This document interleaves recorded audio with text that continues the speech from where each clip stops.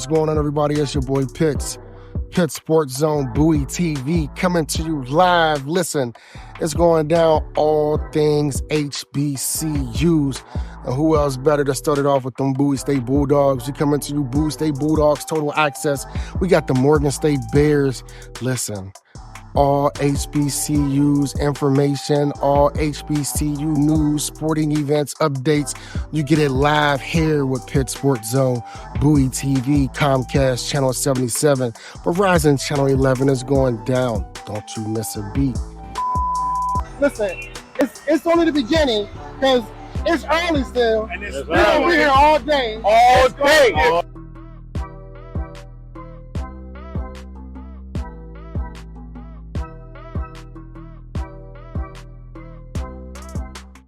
What's going on, everybody? Y'all know what it is. It's your boy Pitts and Pitt Sports Talk Radio, Pitt Sports Zone, Bowie TV, coming to you live yet again, once again, with my homegirl Sid. Y'all know how we get down. What's going on, Sid? How you been? What's up, Pitt? And today we are joined by a true game changer for the San Jose State Spartans, defensive back Isiah Revis. Known for his lockdown coverage, explosive speed, and the kind of instincts that make quarterbacks think twice, Isiah has been a key playmaker in the Spartans' defense. From big-time interceptions to clutch tackles, he's proven that he could show up when it matters most. Off the field, he brings the same energy and focus, working hard to perfect his craft and inspire others. We're diving into his football journey and his work ethic and what it takes to be the top DB and what's next for this rising star. So, ladies and gentlemen, Mr. Isiah Revis.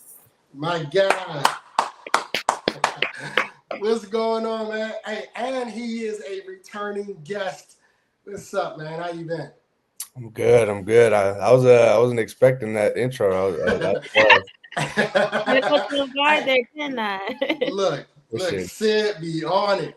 Listen, she be on it with the intros. I'm definitely grateful for her and her dedication and the implementation of that aspect into the show. I think it is definitely great to be able to give flowers and give the accolades and the tributes to everything that you've done on and off the field. So again, congrats. Appreciate it. Yeah, that's love. Yeah. You know, I can't let it go either. Definitely got to shout out my man Jay. You know, it's a 412 thing. Can't have his son on and not shout out my guy Jay. 412. That's his email. Hey, that's what you already know. But look, man, it's been a minute since we spoke. Since I believe we spoke right before the bowl game last year. Mm-hmm. So, you know, if you want, you know, recap, you know, what your thoughts and your feelings were on the bowl game. Oh yeah, I haven't thought about that in a minute, but you know, obviously we lost, so it was pretty unfortunate and not the outcome we wanted. So, but I mean, that's kind of been, you know, we watched the film on it as a team. I watched it individually, and you know, we're gonna learn from it and grow from it, and make sure not to end the season the same way this year. Absolutely. Go ahead, Sid. Can you walk us through your journey at San Jose State? How did you end up there? Oh yeah, that was kind of a little bit what me and Pitts talked about last time, but so I won't go fully long before, but yeah, basically I graduated high school 2020 during COVID, so and I wasn't really a highly recruited guy. I had like a couple small D2 offers like up in the Midwest, but I didn't want to do that. So me being from Vegas, I just wanted to walk on at UNLV. I was already on like athletic or academic scholarship to go there, so I didn't think that'd be a big deal. But COVID kind of complicated that, made that process not as easy as I thought it was going to be. So I basically was a student there, just a student for 2 years. Kept trying to walk on, but that was like a whole thing that wasn't working out. And then eventually I finally decided in the summer of 2022, so after 4 semesters just being a student there, to go to City College of San Francisco. because a couple of my friends from my teammates from high school, they went there, and I had a couple other connections there. So I moved up there in summer, and I was there for 6 months. I played pretty good, so San Jose offered me after that season at the end of 2022, and then I got here in January 2023. When you talk about the end of last year's season, right, and you go into the off season, just walk us through what did the off season look like for you? Did you take a period of downtime to just, kind of, mentally reset, physically reset before getting back into any type of football related activities? Yeah, definitely. After like the bowl game, um, that was my third. Yeah, my third like winter break here. So it's always been the same. Just at the end of the season, just oh no, that was my second here. My bad, but third like in college football, like including my JUCO. Right. So yeah, I had like a cool month until we started like our winter off season training, like running or conditioning and weightlifting. So yeah, I was just home that whole time in Vegas. Still staying in shape, but yeah, it was more time to just, that's the longest time of the year, everyone on the team, most guys are away from, their family or their hometown if they're not playing in their hometown already. So yeah, I was just focused on, spending basically all my free time just with my friends and my family and just, yeah, kind of, I watched a little bit of film, but mostly it was my time wasn't, consumed with football. Football Right. season already does that enough. So, but then, once we get back into the spring semester, like in January, and we're back as a team, like that's kind of when it uh, starts rolling again. Not as much football based, but more just, working out. But Absolutely. definitely that time during winter break, I was just kind of relaxing, just healing, I guess, from the season. Mm. Okay. So you mentioned the upcoming semester. So what are some of your goals for the upcoming season? Like football wise, Football wise, could be school wise, anything. right? Yeah, football wise, I got a few goals that I got written down. A couple of them are that I can name, like team wise, are to win the Mountain West, get a playoff seating like how Boise did Right. last year, representing the Mountain West. Um, you know, we're going.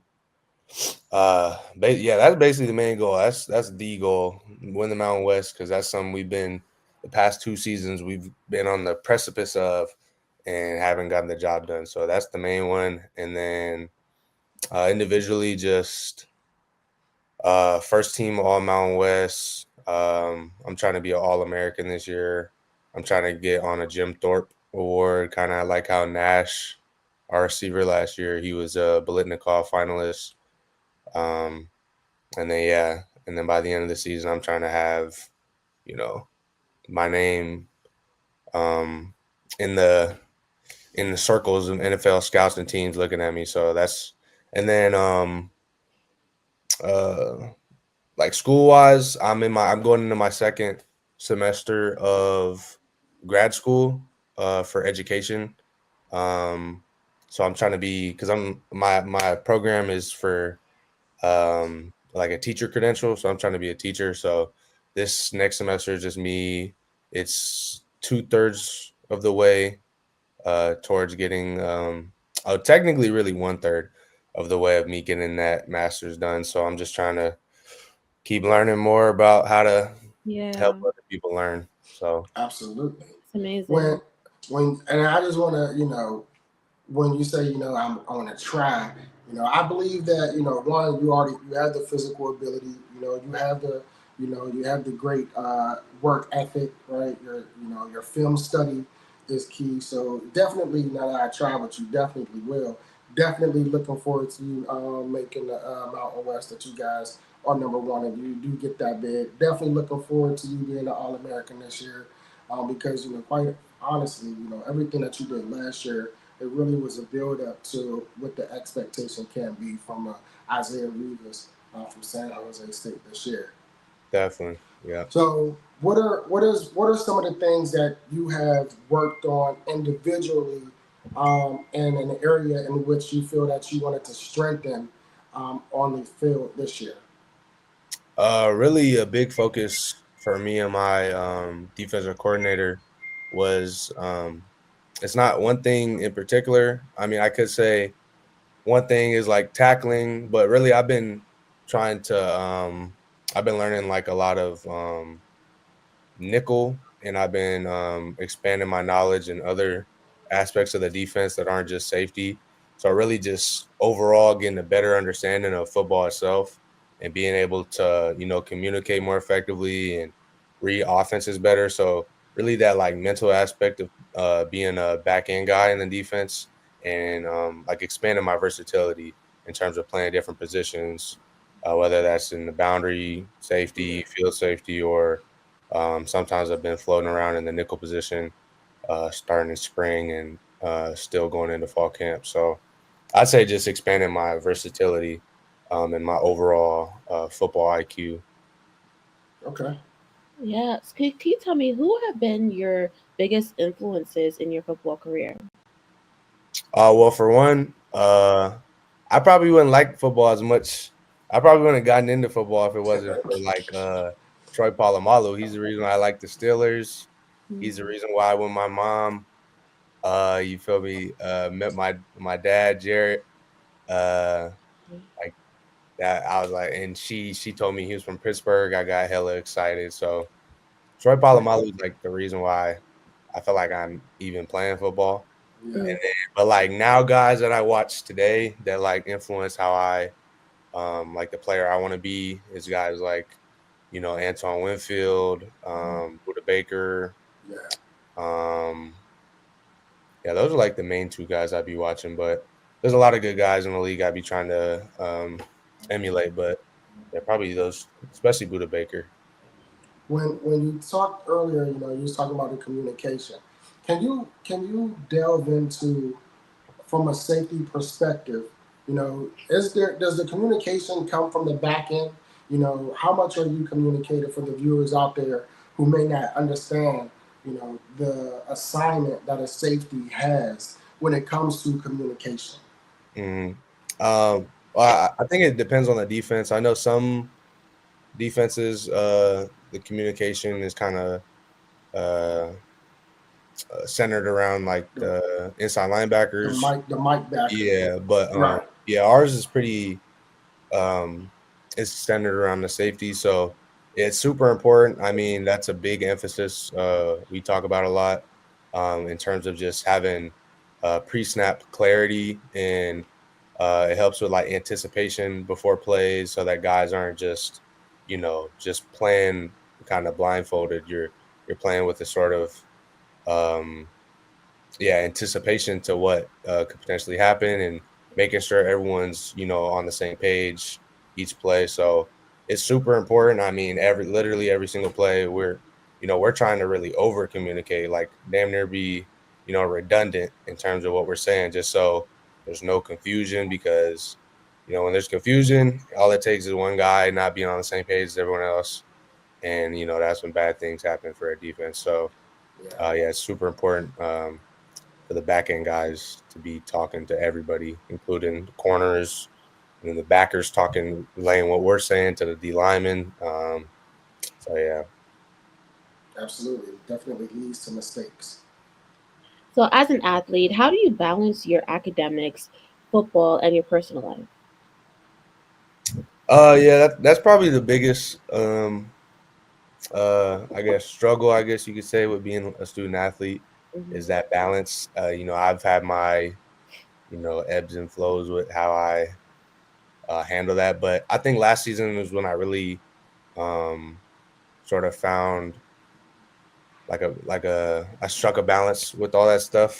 And like one thing we talk about a lot too, like Coach Ken talks about, and our whole team, our culture is kind of built on is like, how you do anything is how you do everything. If you have, if you're just focused on football and you're not nurturing or taking care of your academics or your just personal social life, those things are going to end up affecting football. You can't really just have one thing that you focus on. You have to have, a balance because, everything's connected. So for me, I find it advantageous to, kind of schedule stuff out.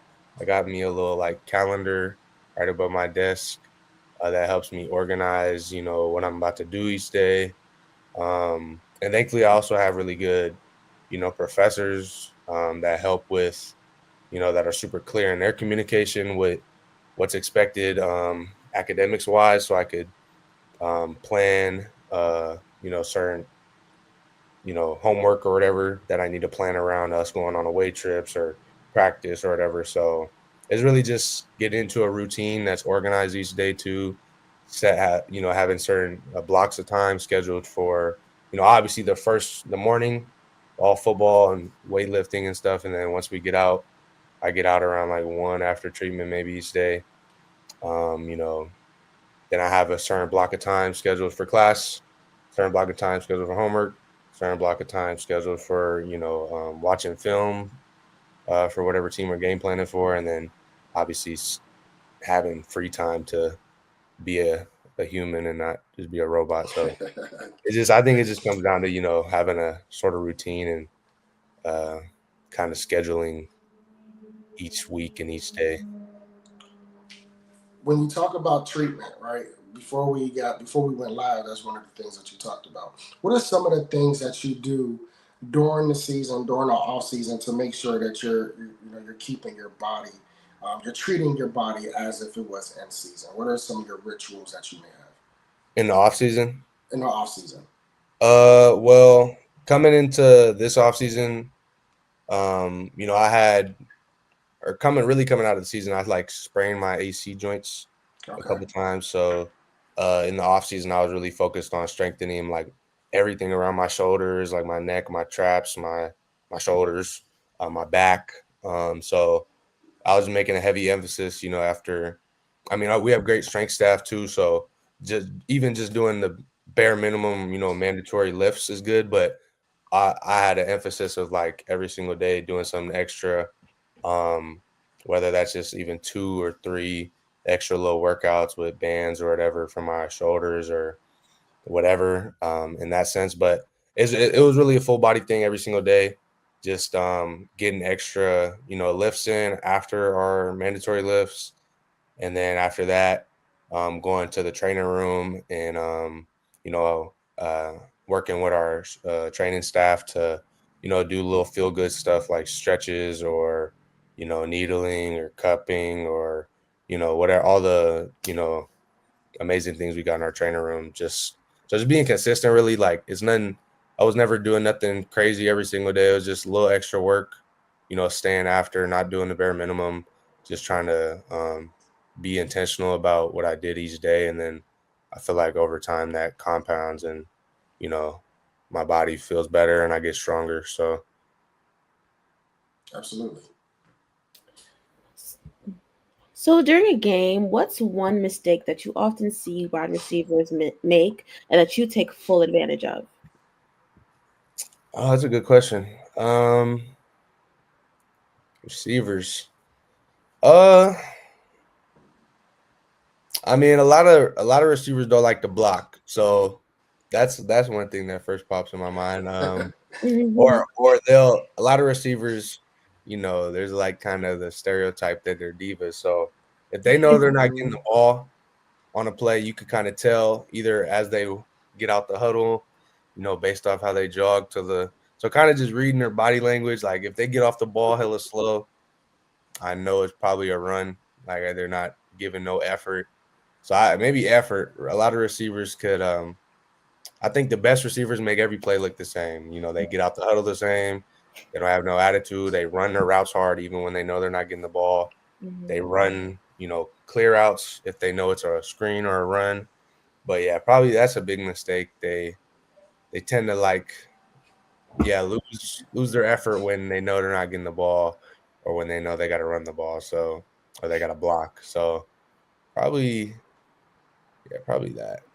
And I think that is so advantageous to the defense because that does happen a lot where either, there's a lack of effort, like you said, coming off the ball, because of course, on a passing route, there's an energy that you're given. But, when it's blocking, the intent is to either make your defender think you're going out for a pass, depending on the type of run, or, to get into a pass block, better angle to have a pass blocking situation type. And I do think when you can tell non-verbally, and I don't think a lot of people realize that too, that nonverbal communication is big in football, especially, from a D lineman, from an offensive lineman, their first step tells everything, right?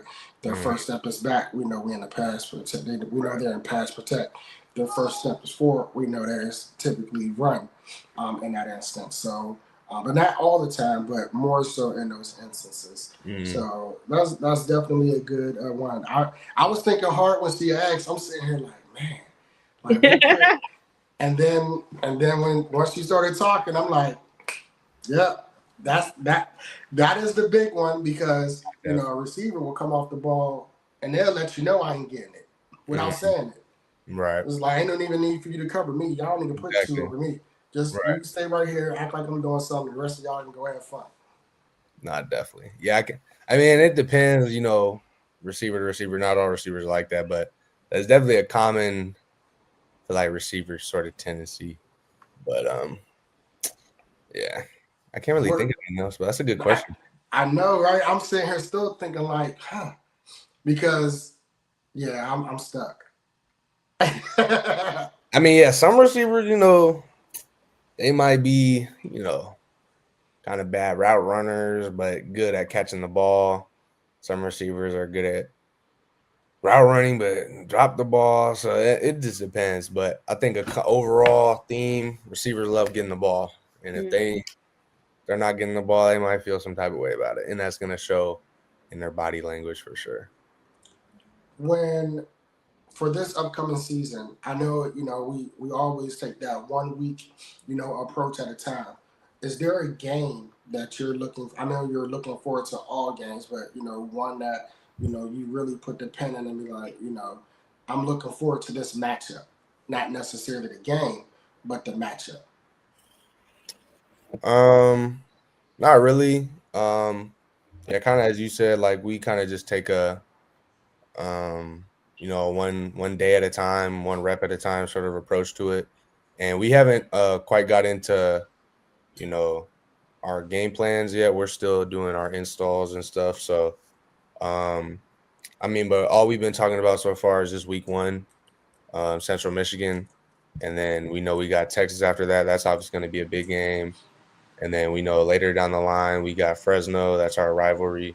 But, as of now, we're not really focused on, one sort of matchup, in terms of how we're preparing right now. We're just getting better each day. And, but I can't say I'd be lying if I said I wasn't, excited or think about, playing in Austin at Texas this year. That's going to be, a super big game in terms of being evaluated and, for the next level.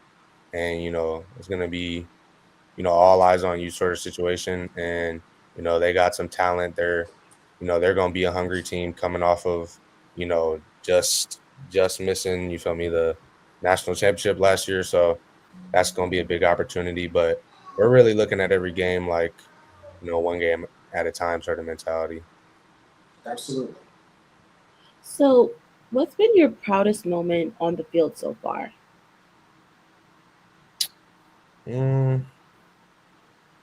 Proudest.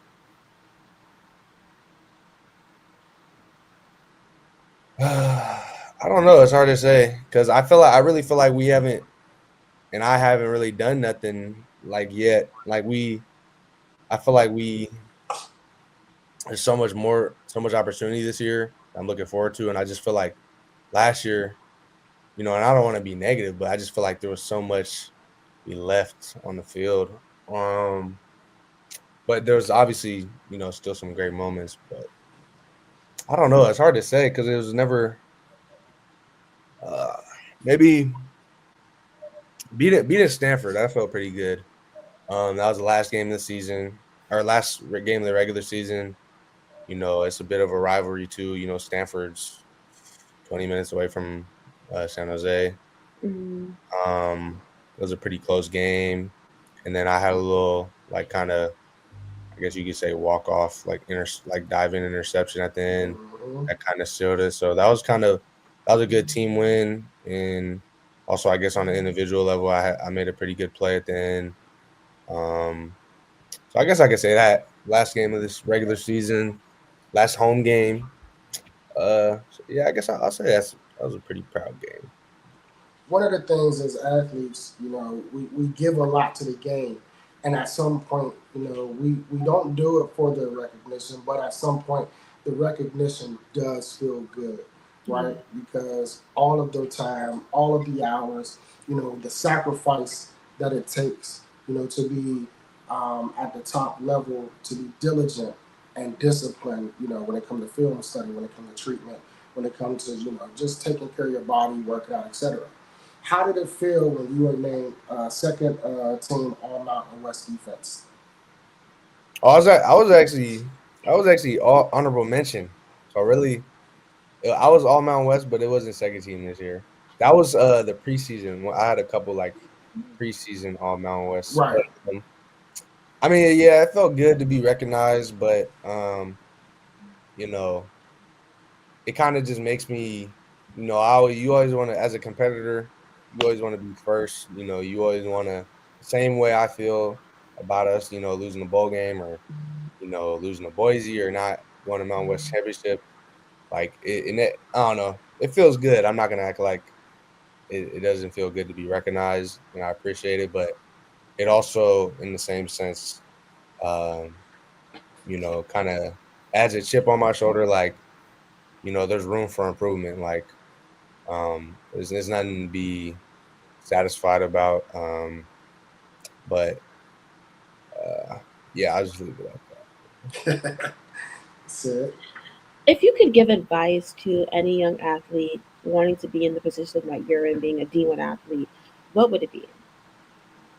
Yeah, I tell a lot of the guys, the freshmen on the team, that especially from my perspective as a DB, um, I think a lot of young people kind of have this misconception that like all of football, at least I can't speak for other sports, but football is like all physical, or it's all, you got to be talented, like athletically gifted, which is true, but I think it's so much more important to be a smart player, Yeah. have habits, have you know what I'm saying, like kind of what I was saying earlier, routine, have really like a good understanding of what you're doing and why you're doing it and how to do it.